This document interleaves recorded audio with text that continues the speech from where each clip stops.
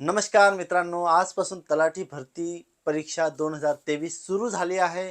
काही विद्यार्थ्यांनी आतापर्यंत पेपर दिलेला आहे आणि अजून तुमचा पेपर व्हायचा बाकी आहे. ज्यांचा पेपर व्हायचा बाकी आहे त्यांनी खूप गरजेचं आहे की 4 भागांपैकी जे 2 महत्त्वाचे भाग आहेत, इंग्लिश आणि मराठी ग्रामर. त्या इंग्लिश आणि मराठी ग्रामरचा जोरदार अभ्यास केला पाहिजे. कारण की हे पॉकेट मार्क्स आहेत आणि यासाठी आज आपण बघणार आहोत रिव्हिजन. हे 60 प्रश्न 2 भागात आपण करणार आहोत. तर तुम्ही या 60 प्रश्नांचा नीट अभ्यास करून घेतला, लक्षात ठेवून घेतलं की नेमकं याचं लॉजिक काय आहे, तर तुम्हाला खूप सोपं जाईल. आज मी तुम्हाला सांगणार आहे नेमकं की कशा पद्धतीने तुम्ही या प्रश्नाकडे बघितलं पाहिजे, आणि राईट करेक्ट उत्तर कसं शोधलं पाहिजे.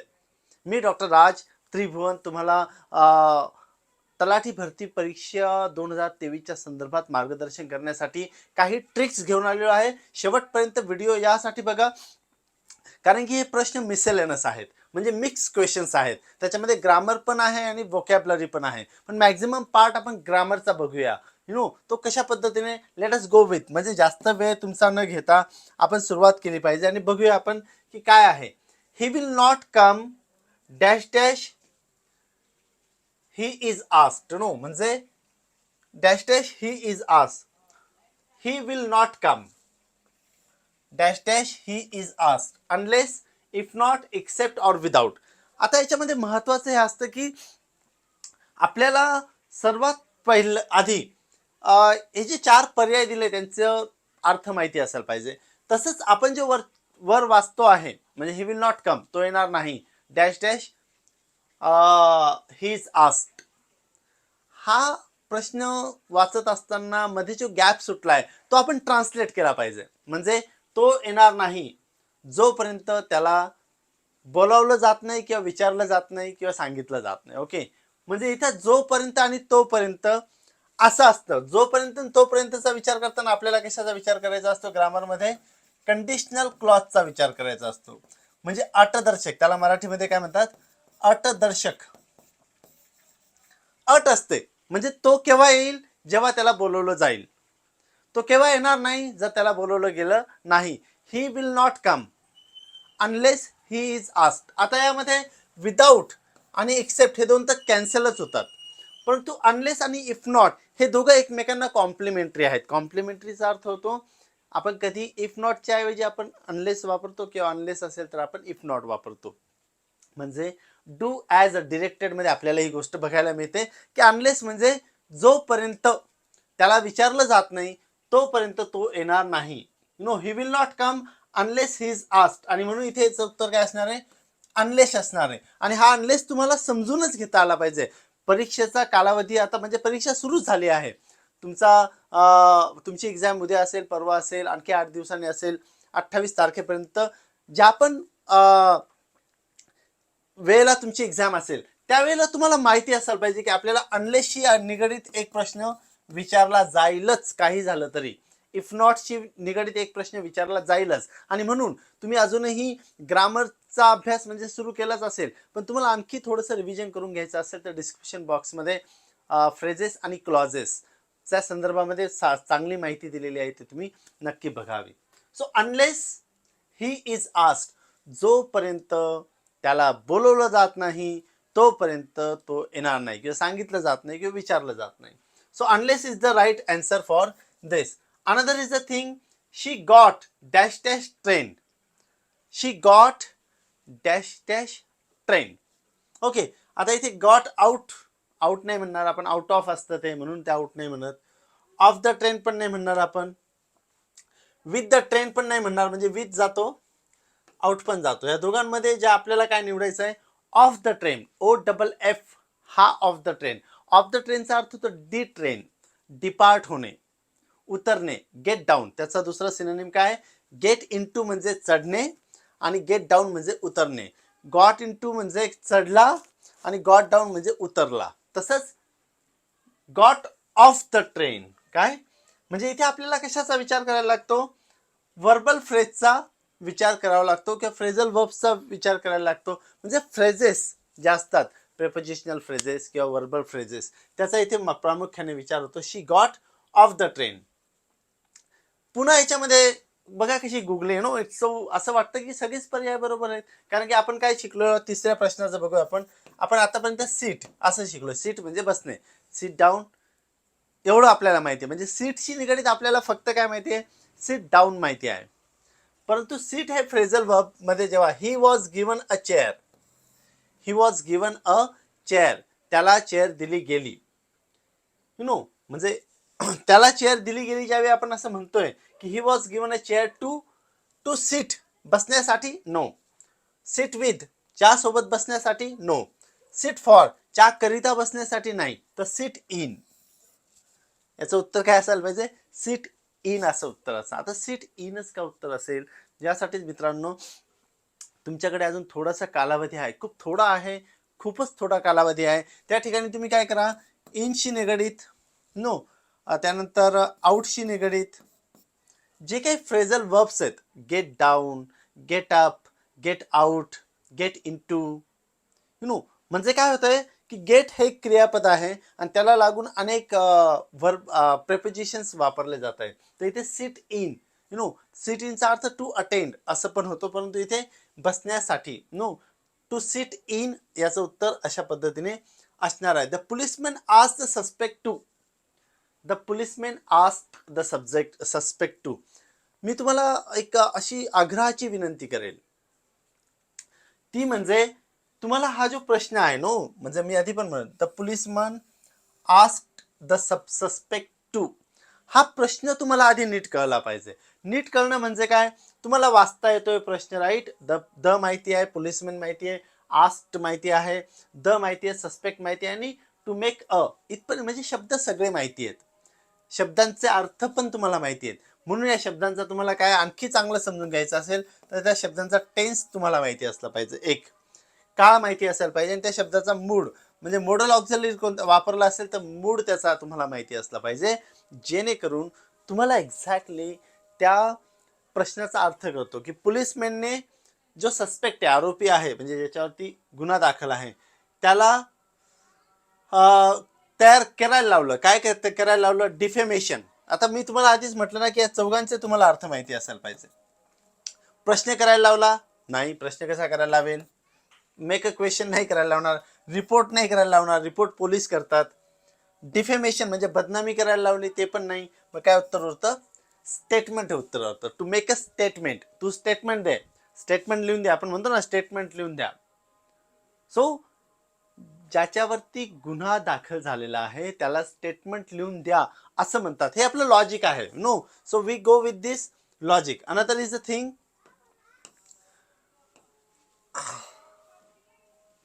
Okay, I hope that it is quite visible to you. तुम्हाला दिसत असेल. The disputants in the case came to an amicable, the disputants in the case came to an amicable dash dash. आता ॲमिकेबलचा काय अर्थ होतो, मैत्रीपूर्ण. डिस्प्युटंट्स म्हणजे काय, डिस्प्युटंट्स म्हणजे ज्यांच्यामध्ये डिस्प्यूट आहे, डिस्प्यूट म्हणजे वाद आहे. इन द केस, त्या केसमध्ये ज्यांच्यामध्ये वाद आहेत, केम टू ते आले, एका निर्णयापर्यंत आले, काय, अँड ॲमिकेबल फ्रेंडशिप, मैत्री. ना ॲमिकेबलचा अर्थ मैत्री होतो म्हणून हे नाही होणार. ॲमिकेबल डिसिजन नाही, ॲमिकेबल जस्टिस नाही, कारण त्यांच्यामध्ये वाद आहे म्हणून सेटलमेंट, म्हणजे मैत्रीपूर्ण सेटलमेंट करून घेऊ आपण. So the answer will be settlement असं त्याचं उत्तर असेल. अनदर थिंग, याच्यापैकीच कुठले तरी प्रश्न तुम्हाला डिरेक्ट टाकले जातील. हा नवीन पॅटर्न नुसार या सगळ्या गोष्टी घेण्यात आलेल्या आहेत. Next is a thing that he being a public servant is, याच्यामध्ये शब्द आहे, वोकॅब्युलरी आहे. तो बिंग अ पब्लिक सर्वंट असल्यामुळे इज काय असेल, तो सुपिरियर असेल का, नाही सुपिरियर. पब्लिक सर्वंट आहे तर सुपिरियर असं नाही म्हणणार आपण. फॅमिलियर असेल का, हो फॅमिलियर असू शकतो. फ्रेंडली असू शकतो का, फ्रेंडली पण असू शकतो. पण ही मस्ट बी अकाउंटेबल, तो जबाबदार आहे. काय, पब्लिक सर्वंट साठी जबाबदार असा शब्द वापरतात. A public servant must be accountable for the public.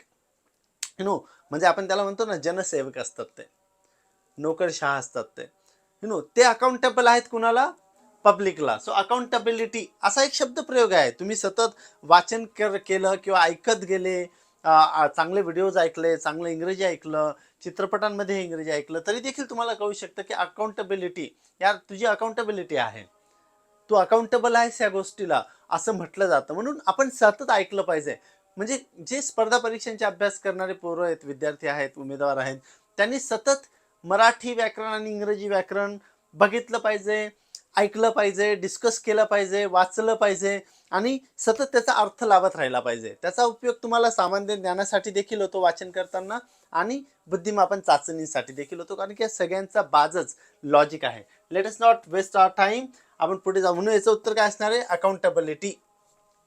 Ramesh is born of असं म्हणतात ते डायरेक्ट नो. म्हणजे ही एक प्रकारची ती ट्रॅडिशन आहे भाषेची. मी तुम्हाला मागे देखील बोललेलो की भाषेची एक परंपरा असते, ती त्या पद्धतीने आपण सांगत असतो. Ramesh is born of a well cultured parents, म्हणजे अतिशय वेल कल्चर्ड पेरेंट्सचा मुलगा म्हणून तो जन्माला आलेला आहे किंवा जन्मला आहे. Another is the thing, the kind hearted judge dash dash the thief. Kind hearted म्हणजे दयाळू, नो, जो दयाळू जज आहे, द काइंड हार्टेड जज dash dash the thief, no, kind hearted जजने काय केलं? Dash dash the thief. Excuse me.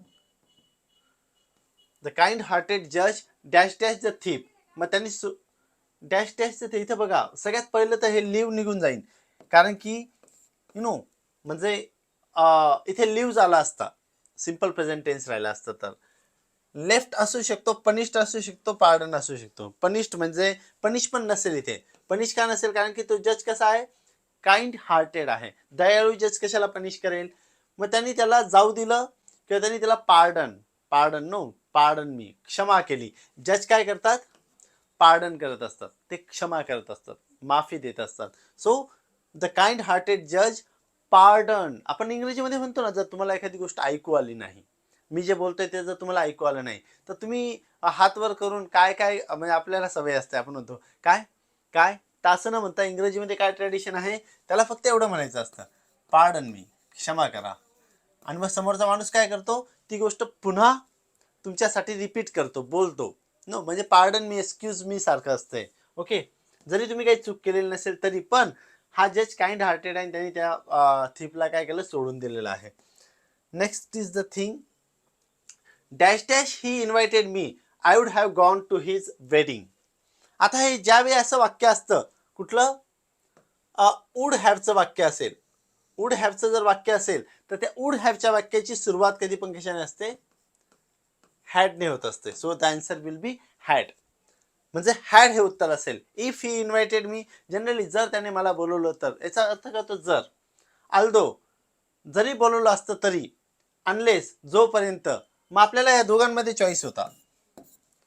If he invited मी, जर त्यांनी बोलवलं, मी गेलो असतो, I would have gone to his wedding. परंतु इथे ट्रॅडिशन आपल्याला काय सांगते, भाषेची, ग्रामरची, की वुड हॅवच्या वाक्यामध्ये जे पुढचं वाक्य जर वुड हॅवचं असेल, मुख्य वाक्य, तर हे पहिलं जे वाक्य आहे ते कशामध्ये जातं?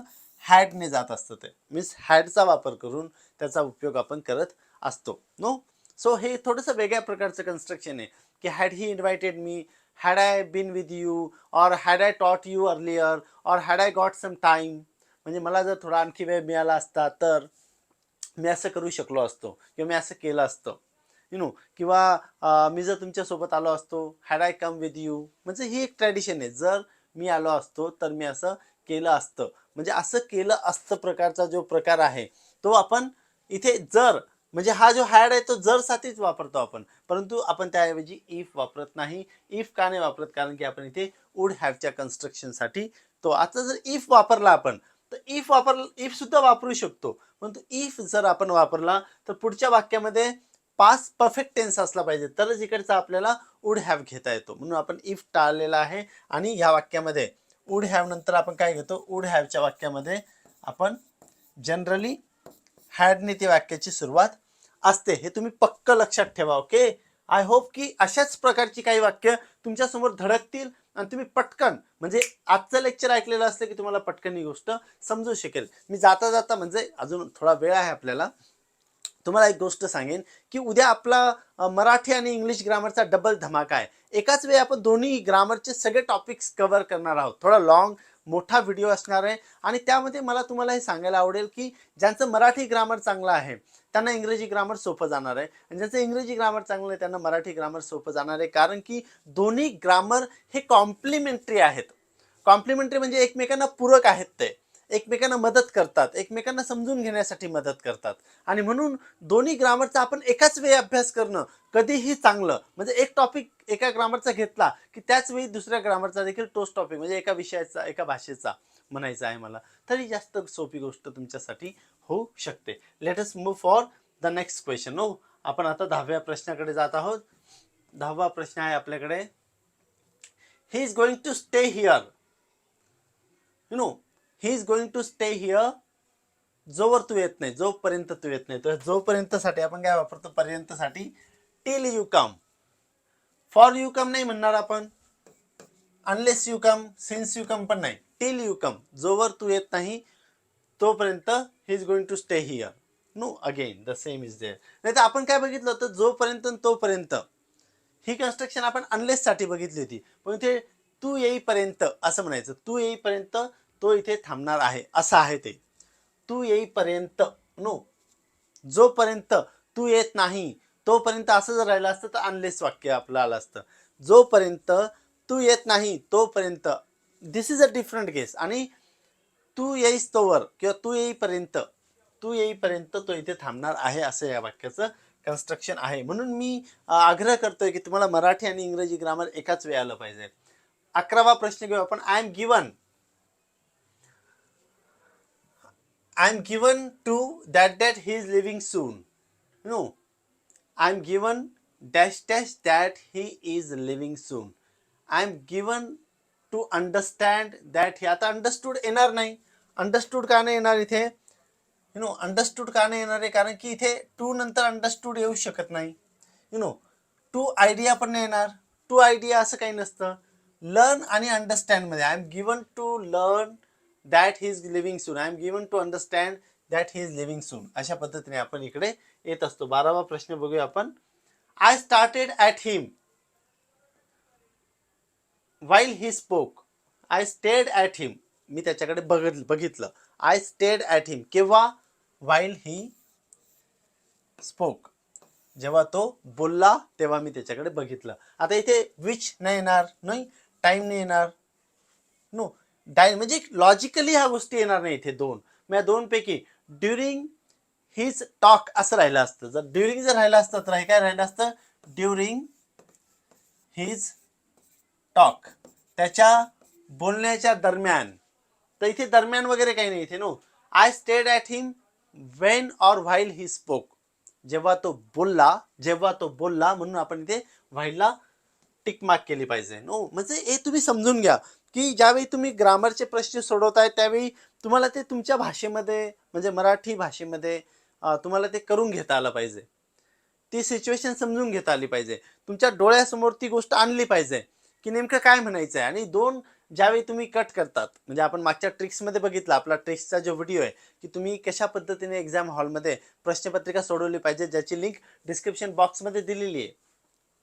तर तुम्हाला एक गोष्ट कळली पाहिजे की दोन जोपर्यंत आपण कट करत नाही पर्याय, आणि दोन पॉसिबल पर्यायांपैकी the most important and correct पर्याय निवडायचा असेल त्यावेळी आपण थोडंसं भाषेबरोबर खेळलं पाहिजे. भाषा आपण व्हिज्युअलाइज करून घेतली पाहिजे. Okay, so let us move next. Over the last decade terrorism has dash dash as a threat to civil life. Terrorism has carried असं काही होत नसतं. इन्व्हॉल्व्ड, टेररिझम इन्व्हॉल्व्ड आहे असं पण नाही होत. मर्ज झालेला आहे तो असं पण नाही होत. Terrorism has emerged.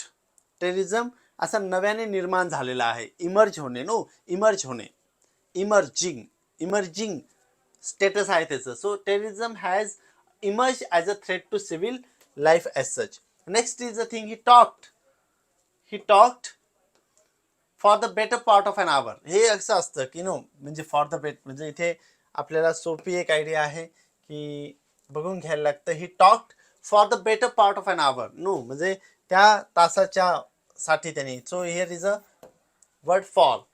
I would, no इथे वुड रादर ही कन्सेप्ट असते. काय वुड नंतर जर तुम्हाला असे पर्याय आले, मोर, मच, रादर आणि मच मोर, कुठलेही वाक्य असू द्यात ते, पण वुड जर वाक्यामध्ये असेल आणि त्याच्या पुढे डॅश डॅश असेल तर तुम्ही काय घेतलं पाहिजे?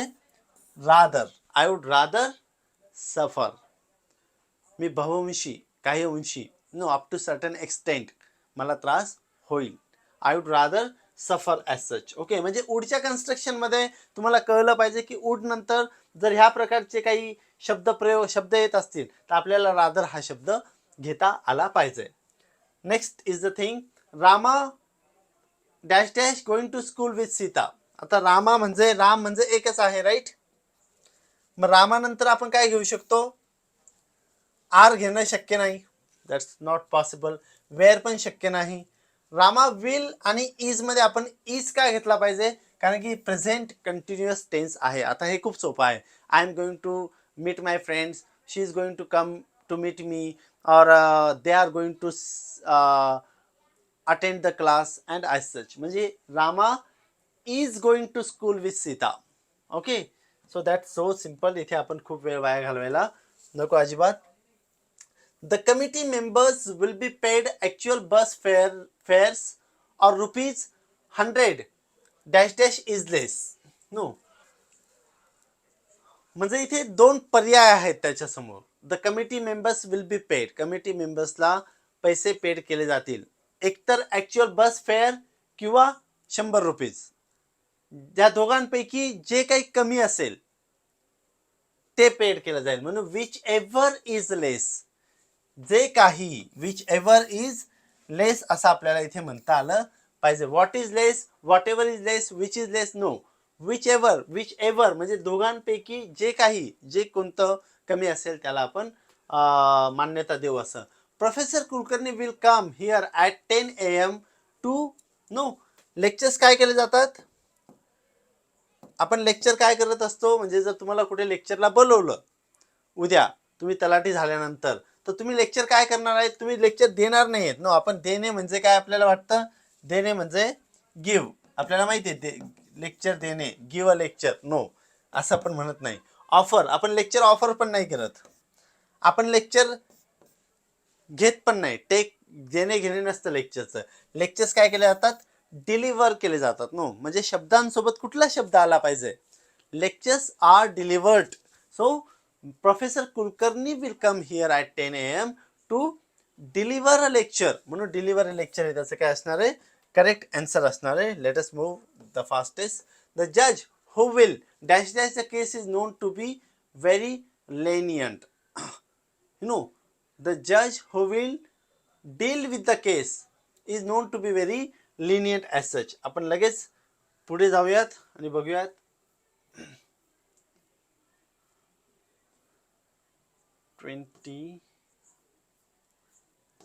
There should be 20, no?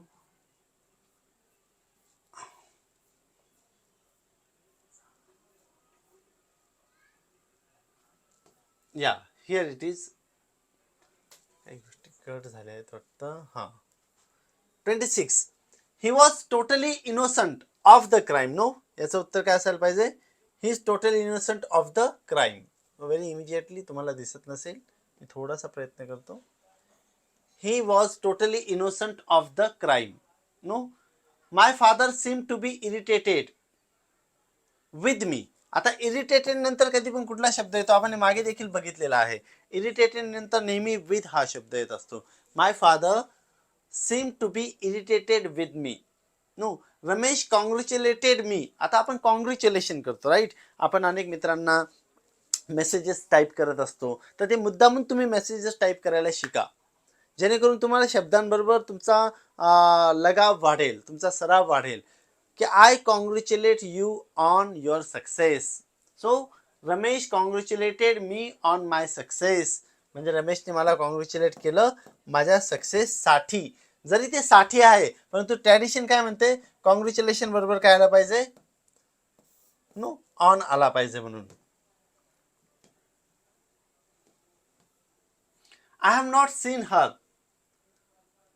The last 15 days dash dash the last 15 days. आता इथे फॉर पण घेऊ शकतो आपण आणि सिन्स पण घेऊ शकतो, पण आपण फॉर का घेणार, कारण की 15 डेज असं त्यांनी पक्क सांगितलेलं आहे. म्हणजे ज्या ठिकाणी कालावधी दिलेला असतो, म्हणजे पक्क ड्युरेशन दिलेलं असतं, त्या ठिकाणी आपण सिन्स न वापरता, फ्रॉम न वापरता आपण काय वापरत असतो, फॉर वापरत असतो. No, for is also used for time. म्हणजे I have been studying since 9 o'clock. No, म्हणजे मी सकाळीपासून, म्हणजे प्रेझेंट परफेक्ट कंटिन्युअस टेन्समध्ये किंवा पास्ट परफेक्ट कंटिन्युअस टेन्समध्ये किंवा फ्युचर परफेक्ट कंटिन्युअस टेन्समध्ये आपण यांचा वापर करत असतो. All right. He is well conversant with the case. No, since I am below 18 years of age, I have no no म्हणजे मी since, म्हणजे since is for because. No, हा since कशासाठी आहे, because I am below 18 years old. मी, कारण की मी 18 वर्षाच्या खाली आहे. I have no authority, claim, power, right. याच्यापैकी काय आलं पाहिजे, I have no right to vote. No, म्हणजे मला काही पण, आपण काय म्हणतो राईट टू वोट, आपलं काय असतं त्याच्यामध्ये, right to vote, right to education, right to education. म्हणजे राईट नंतर आपण जनरली कुठला शब्द, no, I have no authority. Authority म्हणजे तुम्ही जर अधिकारात असेल तर, पण इथे तुम्हाला अधिकार नाही, हक्क. हक्क म्हणून आपण कशाचा वापर करणार आहोत, की मी 18 वर्षाचं माझं वय पूर्ण झालं नसल्या कारणाने मी त्यामध्ये जाऊ शकणार नाही.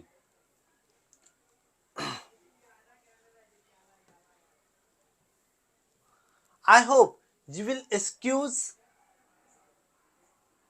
माय leaving early. No, excuse I नाही घेता येत. No, excuse my leaving early. Sikkim has dash dash railways than other states. No, आणि मग Sikkim has dash dash railways than other states, म्हणजे fewer railways, smaller railways, lesser railways or shorter railways. तर आपण इथे fewer, ज्यावेळी आपण संख्यात्मक बोलत असतो त्यावेळी आपण फ्युअरचा वापर करत असतो. असे एकूण 40 प्रश्न आज आपण बघूया. उद्या राहिलेले प्रश्न आपण बघू भाग 2 मध्ये, आणि उद्या त्यासोबतच आपण बघणार आहोत मराठी व्याकरण आणि इंग्रजी व्याकरणाचा एका दमात, आपण म्हणजे त्याला फडशा पाडणंच म्हणू. ओके, की एका दमात हे मराठी आणि इंग्रजी व्याकरण आपल्याला कसं खूप सहजपणे शिकून घेता येईल, आणि त्यातले बारकावे समजून घेता येतील, त्याच्यातलं शब्द समजून घेता येतील. आणि तुम्हाला मराठी ग्रामर येत असेल तर मी तुम्हाला प्रॉमिस करतो की तुम्हाला इंग्रजी ग्रामर खूप सहजपणे येऊ शकतं. आणि म्हणून don't forget to attend the tomorrow's lecture online. तुम्ही उद्याचं लेक्चर देखील नक्की बघा. एंड स्क्रीनला मी ते देण्याचा प्रयत्न करेन. त्याच पद्धतीने आमचा हा व्हिडिओ आवडला असेल तर नक्की याला लाईक करा, कॉमेंट करायला विसरू नका. सांगा की तुम्हाला काय हवं आहे ते. त्यामध्ये प्लीज, जर तुम्ही व्हिडिओ क्लिक करताय तर कॉमेंट बॉक्समध्ये लिहा की yes we want this or that topic. Even आपण सामान्य ज्ञान देखील घेऊ शकतो किंवा बुद्धिमापन चाचणीकडे देखील आपल्याला जाता येऊ शकतं. अलॉंग विथ दॅट सबस्क्राईब करा, जेणेकरून उद्याच्या व्हिडिओची नोटिफिकेशन सर्वप्रथम तुम्हाला मिळेल. आणि अजून तुमच्या परीक्षेला जर 2, 4, 8, 10 दिवस असतील तर आपण नक्कीच ही परीक्षा पास होऊ, ह्या विश्वासाने आपण आज रजा घेऊया. आणि wish you all the best. तुम्हाला परीक्षेसाठी खूप खूप शुभेच्छा. चांगला अभ्यास करा, चांगलं करिअर घडवा, देशाची सेवा करा. That's all. Thank you very much.